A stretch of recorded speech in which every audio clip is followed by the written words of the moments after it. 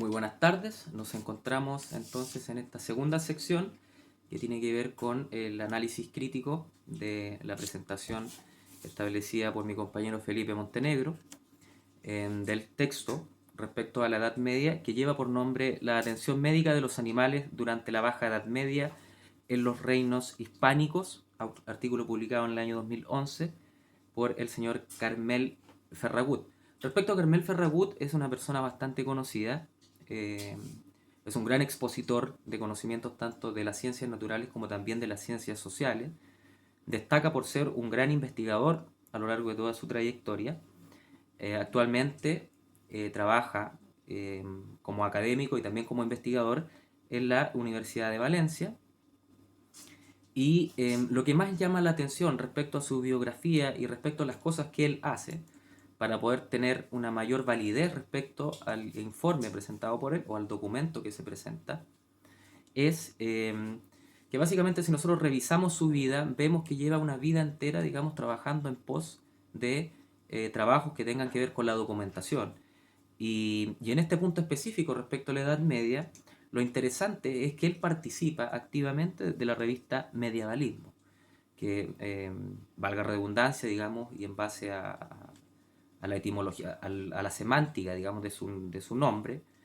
son obras, obviamente son documentos historiográficos de gran renombre que tienen que ver precisamente con, con el tema. Respecto a la tesis que plantea Carmel Ferragut, lo hace de manera bastante brillante, pues utiliza bastantes fuentes históricas del momento, tanto primarias como secundarias, lo cual le da un ápice de validez aún mayor al texto. La tesis de este artículo va a ser que en el fondo la atención médica de los animales, de los tiempos de la Edad Media, surge como una necesidad de asegurar, proteger propiedades o bienes de gran valor, que en este caso los animales. Creo que la explicación que hizo mi compañero respecto al texto es bastante completa y lo que se podría criticar respecto a esto y que lo plantean algunos historiadores como Eric Hobsbawm, eh, gran historiador del siglo XX, tal vez el mejor historiador del siglo XX, y otros, entre los cuales uno se puede incluir también, es la crítica a pensar de manera estoica, digamos, que la Edad Media es la etapa más oscura del desarrollo, de la evolución de la civilización humana. Y muchas veces lo que da la sensación, y que estos autores también mencionan, Hobsbawm mencionaba bastante, siendo que Hobsbawm era precisamente un historiador de corte marxista. Sin embargo, lo que él criticaba eran los sesgos, cuando se realizaban ciertos sesgos en las investigaciones. Esta investigación pareciera no tener ningún tipo de sesgo, porque la información, las descripciones que se realizan respecto a cómo eran concebidos los animales, me parece que no tiene ningún punto de inflexión en donde decir, no, efectivamente los animales no se utilizaban como bienes de consumo. La tesis es bastante dura porque es decir, los animales en estos tiempos, digamos, desde luego nosotros tenemos una visión hacia la relación con el ser vivo, que en este caso es un animal, que es completamente distinta desde luego a lo que fue hace 500, 600 años atrás.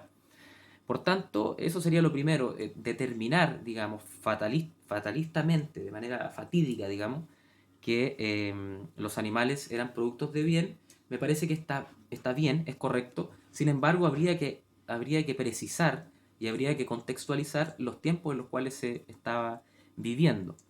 Eh, la principal crítica que yo podría establecer a este trabajo, que insisto, me parece un trabajo bastante completo, eh, para hacer un artículo académico, es bastante autoexplicativo y de alguna manera hace que al ser Carmel Ferragut un personaje tan importante, que uno tenga interés de leer y de terminar el documento. La principal crítica tiene que ver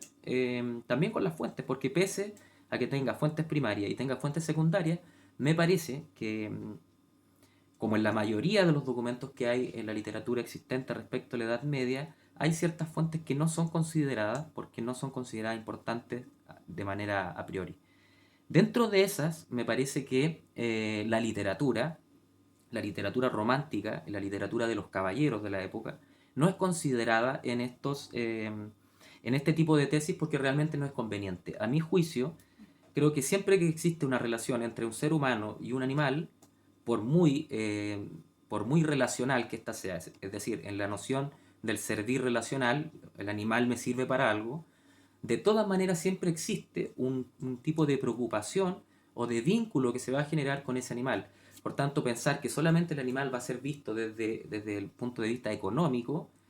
es incompleto, porque me parece que también habría que conocer las percepciones de las personas, de los pueblerinos, de la gente que trabajaba en el campo, eh, de la gente, digamos, de los feudos que básicamente, según la literatura y según los cuentos de caballeros, sí existía una relación vinculante entre los caballeros, por ejemplo, y los caballos. Y seguramente esa situación, a mí me cabe la duda y lo dejo como apertura, me parece que la relación que podían tener incluso las personas más pobres con los animales tal vez es subestimada en este texto y en la mayoría de artículos académicos respecto al uso de los animales en los tiempos de la Edad Media.